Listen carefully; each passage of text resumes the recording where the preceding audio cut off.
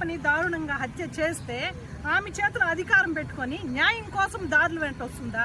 అదొకసారి ఆలోచించండి. అంటే న్యాయం జరగలేదంటారా? ఇక్కడ న్యాయం జరిగింది కాబట్టి ఈ రోజు ఇంత ఇదిగా ప్రజలందరూ ముందుకు వస్తున్నారు. ఏ విధంగా కోర్టు వారికి ధన్యవాదాలు తెలియజేసుకోవాలి మనం, హైకోర్టు వారికి. ఈ రోజు అది మభ్య పడకుండా ఈ రోజు ప్రజలందరికీ మధ్యలోకి వచ్చిందంటే న్యాయం జరిగింది. కోర్టే న్యాయం చేయాలా. పెద్ద పెద్ద హస్తాలు ఉన్నాయి కాబట్టి వాడెవరినో ఒకరిని చూపిస్తున్నారు, వాడు ఇలా చేశాడనేసి.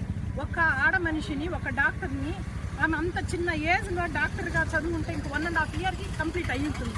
అటువంటి ఆమె ఇంత దారుణంగా చంపారంటే మన వ్యవస్థలు ఏం చేస్తుంది? మానవత్వం అనేది లేదా? ఇవన్నీ ఒక్కసారి ఆలోచించి మనకి న్యాయం జరిగేంతవరకు న్యాయ పోరాటం అందరూ చేస్తారు. ఎలా చేస్తారు ఈ ధర్నాలు, ఈ ర్యాలీలు? మహా అంటే ఒక వారం, 10 రోజులు, నెల, ఆ తర్వాత మరుగున పడుతుంది. తర్వాత ఇంకొక 2-3 గుర్తుకు వస్తుంటాయి. ఖచ్చితంగా వీళ్ళకి